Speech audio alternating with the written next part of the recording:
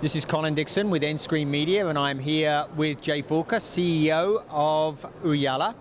And they have lots of cool announcements at the show, but I wanted to start first, Jay.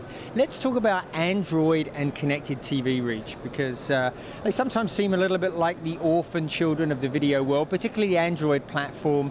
Doesn't seem to be getting as much video plays as iOS these days. So tell us what you're doing there. Well, if Android is an orphan, boy, there's a lot of orphans around the world. That's a huge market and a huge opportunity and a platform that's really important to Ooyala's customers. So we've been spending a lot of time this week talking about a series of major product announcements, one of which was basically making the Android platform easier to deliver to through an application that we're providing our customers. And so we're now able to basically help our customers get to about 98% of all Android devices, and to be able to do that in a way that makes it a lot more seamless for them to reach that audience. And I think in general that is probably part of your point, which is the iOS device has been something that people have been building applications for quite some time. That hasn't been happening so much on Android, so we decided to make it easy for our customers to be able to do that. And what about the connected TVs? What are you doing there? That's another platform that's suffered from intense fragmentation. Yep. It's been very difficult for producers to actually deliver to those platforms because they have to deliver all these apps. No question. I mean, one of the things that we've known now after working with our customers over the last year and a half is that there weren't a lot of easy, simple ways for especially the user, the subscriber or the consumer, to be able to take their mobile experience and immediately make it available to their 12-foot living room experience. And so what we've done with our XTV Connect product announcement is to basically provide a one-touch type capability that allows a customer to immediately be able to take whatever they're utilizing on their mobile device and be able to have it on their connected television. So that's very similar to the Apple functionality with AirPlay, AirSwipe. Right?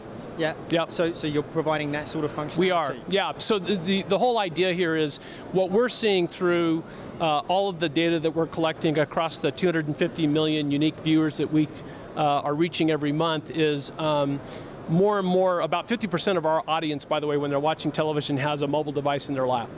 And so creating... Sorry, that was 50%? More than 50%. Wow. Of that audience has some sort of a device in their lap while they're watching television. And so for us, we think it's essential that we begin to blur the lines between all the devices, and we really provide an opportunity for our content publishers to be able to provide a platform and a capability that makes that user extremely comfortable regardless of whether the device is in their lap or they're enjoying the content on a connected television. So are there any particular connected televisions you've implemented first, or?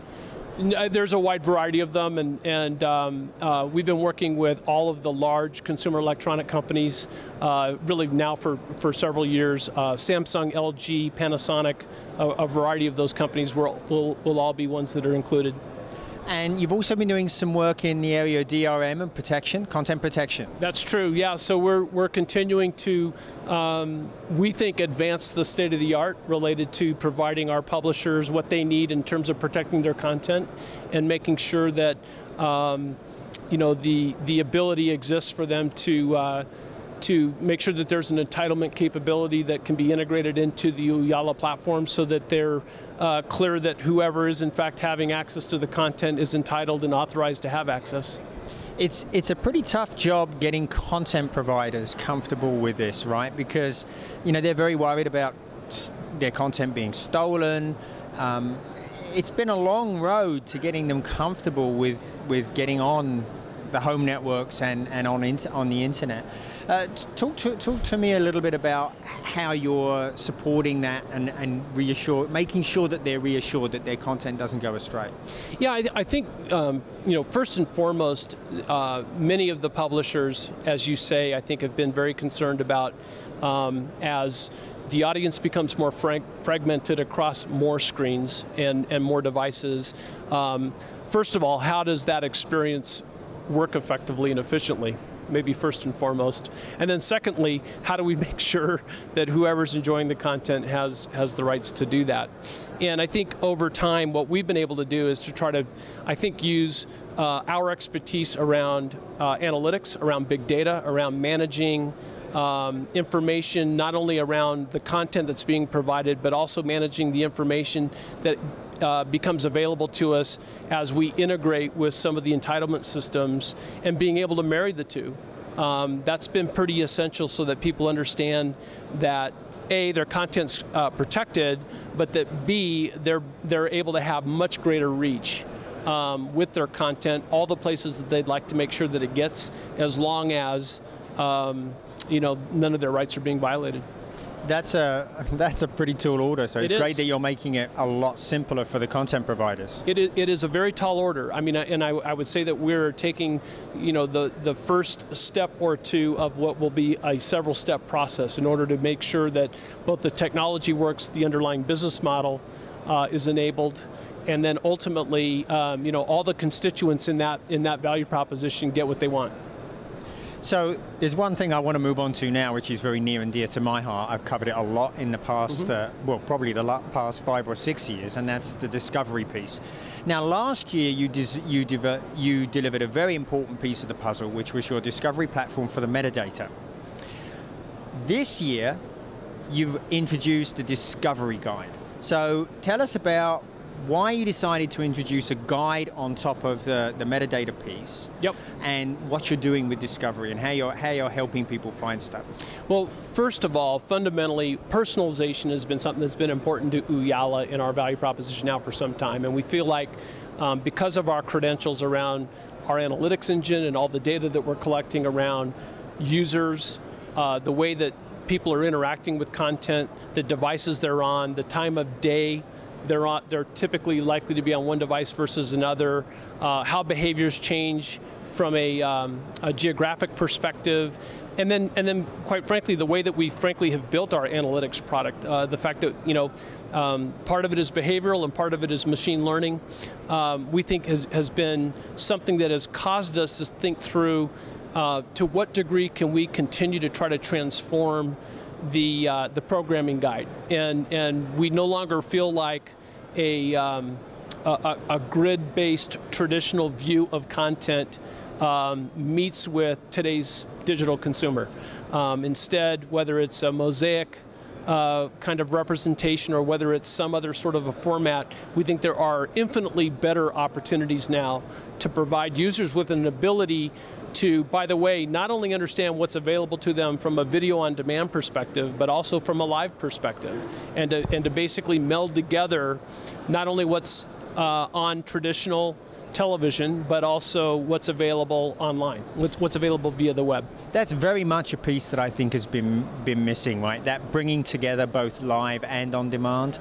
So talk about how you're getting the live piece. That's the piece that people haven't really been able to wrap in so far. Yeah, that's true. I mean, so there's a number of underlying technologies that we're utilizing in order to be able to do that. But the idea here is to make sure that we have enough collected information and understanding of what a user is likely to be interested in based on what they've looked at historically, what they've consumed, based on where they live, based on a variety of other factors, and to be able to try to help them to understand at any given time what is available for them to be consuming at this moment. And from our perspective, we think it makes sense to be able to do that with either content that's already available via some library, or whether it's content that actually may be playing somewhere in the world, and depending on whether or not you're authorized and entitled to be able to view that kind of content, to be able to serve it up. And to also be able to be very sort of anticipatory or prescriptive with the user about the kinds of things that we think it's going to be important for them to know that may be playing somewhere in the world. So that's one of the great things I like about the solution. It's pretty flexible. It can either be applied to a very specific library of content. So if you're a content provider and you have some live channels and VOD, you can use Discovery to deliver a really great guide experience. But it can also be applied much more generally to maybe an aggregator that has multiple properties, right? That's exactly right. And again, I think being able to provide sort of the best of both, but also, quite frankly, to be able to meld the two environments together, we think ultimately is what's in the best interest of the consumer. That's really what the consumer wants, is they know what they're interested in, they know generally the way in which they'd like to consume that content, and what we're learning is more often than not, they've got tools available to them while they're watching something as they're thinking about what they're going to next. So for us, the thing that we really spend a lot of our time talking to our customers about is overall engagement. How do we extend the amount of time that a particular viewer is interacting with a piece of content, and if not that one piece of content, potentially a whole variety of content that's coming and being made available through a single publisher. So have you thought about, there's been a lot of talk about dual screening. So, and this is extending the visual experience you're seeing on a television with additional data on a laptop or a tablet or a smartphone. Mm-hmm. Is that an area that you're looking at as well as an area of investment for Ooyala?